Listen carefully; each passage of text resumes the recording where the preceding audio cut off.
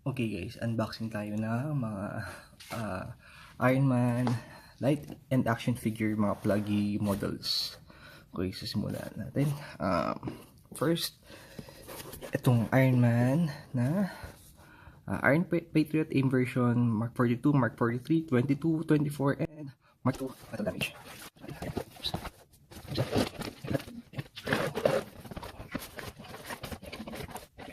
So, okay, first box. Up, then Mark 2 battle damage. So, yan. Okay, umilo na siya agad. Ayan. Ayan siya. Siyempre, meron siyang dalawang sticky pad. Sticky pad, something for adhesive. Pula na yan. Then, oops, ayan. Curve stand niya. So, ayan. Mark 2. Battle damage. Okay, next. Yes. Okay. Iron Patriot inversion.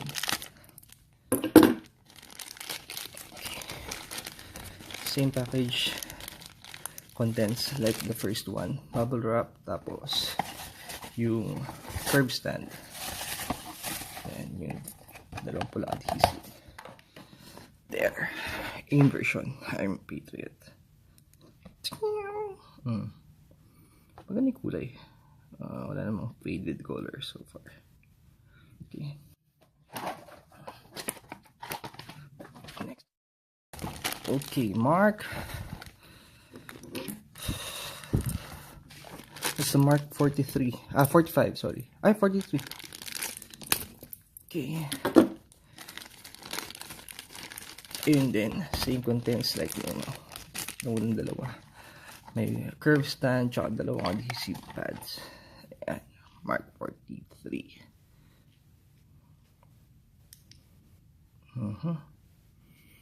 So far, wala rin faded paints, guys. Maganda. Okay. Next. Hot Rod. Okay.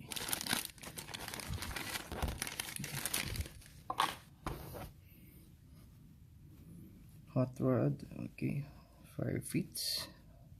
So far, yun. Wala siyang faded paints. Medyo masyado lang maliwanag sa ilaw pero wala siyang faded paints. Okay. Next.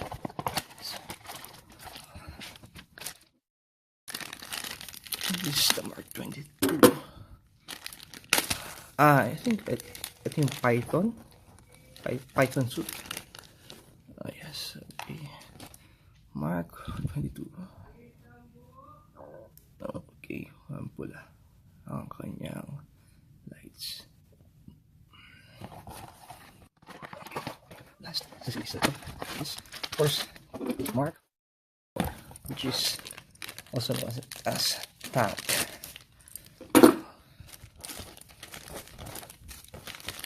Same contents din ng una round stand tapos adhesive pads. Ayan.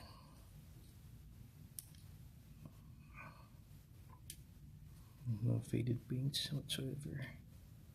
Ganda. Okay. So ayan guys, yan yung mga lahat ng suits sa collection na to. Tank, Mark 2 battle damage, Iron Patriot AIM version, Mark 4 22 Python, Mark 43 and Hot Rod. Ayan.